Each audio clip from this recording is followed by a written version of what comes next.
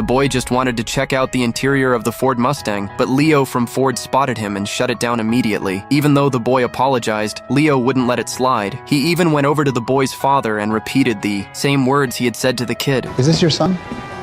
Yes, it is. Would you ask him to keep his hands off the paintwork? I don't know, Peter. You're okay. Who are you?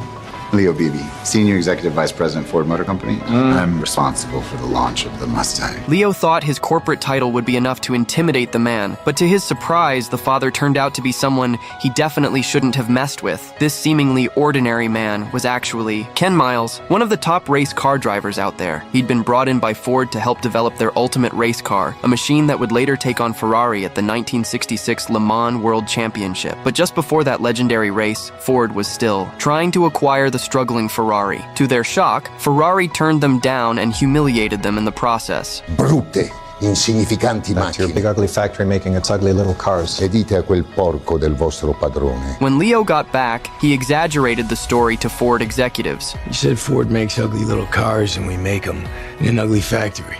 About me. He called you fat, sir.